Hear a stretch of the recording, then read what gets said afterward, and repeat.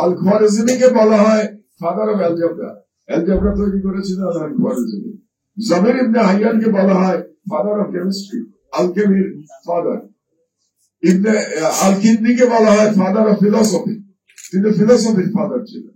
তো এরকম কত নাম, এই নামগুলো আমরা জানি না, আমরা বিস্মৃত হয়ে গেছে এবং এগুলো সম্পর্কে আমরা অবগতই না। কাজে আমাদের কালচার, আমাদের সভ্যতা, আমাদের ঐতিহ্য আমরা জানি না। আব্বাসিরা বাগদাদ দখল, মোগলরা বাগদাদ দখল করে বাগদাদের সেই বিখ্যাত লাইব্রেরি সেটা পুড়িয়ে দিল এবং এমনও বলা হয় যে টাইগ্রিস ইউফ্রেটিসের পানি নাকি একে রক্তে লাল হয়ে গিয়েছিল, কারণ এত মানুষ হত্যা করা হয়েছিল বাগদাদে, এবং আবার কালো হয়ে গেছিল অনেকে বলে, কারণ এত বই, এত পাণ্ডুলিপি সেই নদীর মধ্যে ফেলা হয়েছিল যে তার ফলে কালো হয়ে গেছিল।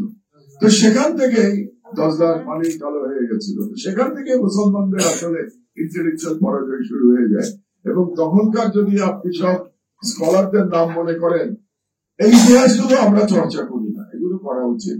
আল-কিন্দি, ইবনে সিনা, ইবনে রুশদ, আল খোয়ারিজমি, জমির ইবনে হাইয়ান, এই নামগুলো আমাদের ইয়াং জেনারেশন জানেই না, কিন্তু এরা প্রত্যেকেই তার নিজের নিজের সাবজেক্টে তাদেরকে বলা হয় যে তারা সেই, যেমন আল খোয়ারিজমিকে বলা হয় ফাদার অফ অ্যালজেব্রা।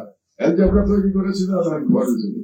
জমির ইবনে হাইয়ানকে বলা হয় ফাদার অফ কেমিস্ট্রি, আলকেমির ফাদার। ইবনে আল-কিন্দিকে বলা হয় ফাদার অফ ফিলসফি, তিনি ফিলসফির ফাদার ছিলেন। তো এরকম কত নাম, এই নামগুলো আমরা জানি না, আমরা বিস্মৃত হয়ে গেছে এবং এগুলো সম্পর্কে আমরা অবগতই না। কাজে আমাদের কালচার, আমাদের সভ্যতা, আমাদের ঐতিহ্য আমরা জানি না। তো কোরআন এবং সুন্নাহ তো আমাদের জন্য অবশ্য পালনীয়, এটা নিয়ে তো কোনো বিতর্ক নাই, কিন্তু তার সাথে আমাদের বলা দরকার শুধু কোরআন সুন্নাহ না নিয়ে আমাদের জ্ঞান চর্চাও করতে হবে। কোরআন তো শুরুই হয়েছে পর শব্দ দিয়ে, আল্লাহর ওহী শুরু হয়েছে পর শব্দ দিয়ে, তো আমরা তো পর থেকে সরে গেছি।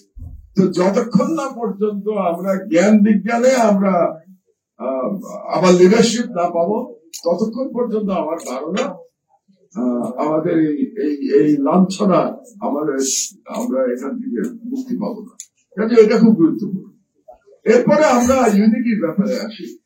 ইউনিটি করতে গেলে তো সারা বিশ্বের ইউনিটি, সেখানে কিভাবে আসবে না আসবে নানা রকম বিতর্ক এখানে আছে। কেউ প্যান ইসলামিজমের কথা বলেন, কেউ খিলাফতের কথা বলেন, এটার পক্ষে বিপক্ষে নানা বিতর্ক আছে। আমি এই বিতর্কের মধ্যে যাব না। এবং বাংলাদেশ বর্তমানে এমন অবস্থায় নাই রাষ্ট্র হিসেবে যেখানে আমরা ওয়ার্ল্ডকে ইউনাইটেড করার মতো ক্ষমতা রাখি। আমাদের সেই সামর্থ্য বাংলাদেশের নাই, এটাই বাস্তবতা। তো আমাদের কি সামর্থ্য আছে, সেটা হচ্ছে আমাদের নিজেদের ইউনিটিটা করা, বাংলাদেশের মতো ঐক্যটা করা। এখন সেইটুকুই যদি আমরা করতে না পারি, তাহলে আমি বিশ্ব মুসলিমের ইউনিটি নিয়ে কিভাবে কথা বলতে পারি? তো এখন বাংলাদেশের ইউনিটির প্রচেষ্টার কথা একটু আগে আমাদের আব্দুল হক ভাই একটু আগে বলছিলেন যে অন্যরা 2022 সালে একটা তারা উদ্যোগ গ্রহণ করেছিলেন, এই উদ্যোগ সফল হয় নাই। এই উদ্যোগ তো আমিও গ্রহণ করেছিলাম 2013 সালে হেফাজতের সময়। হেফাজত মুভমেন্টের সাথে তো আমিও জড়িত ছিলাম, যদিও আমি আলেম নই। ইসলাম সম্পর্কে, ইসলামের ইতিহাস আমি জানি, সেটা সম্পর্কে আমার পড়াশোনা আছে, ইসলামের শরিয়া সম্পর্কে আমার কোনো জ্ঞান নেই, কিন্তু তারপরেও তো আমি চেষ্টা করেছিলাম মুসলমানদের মধ্যে ঐক্যে।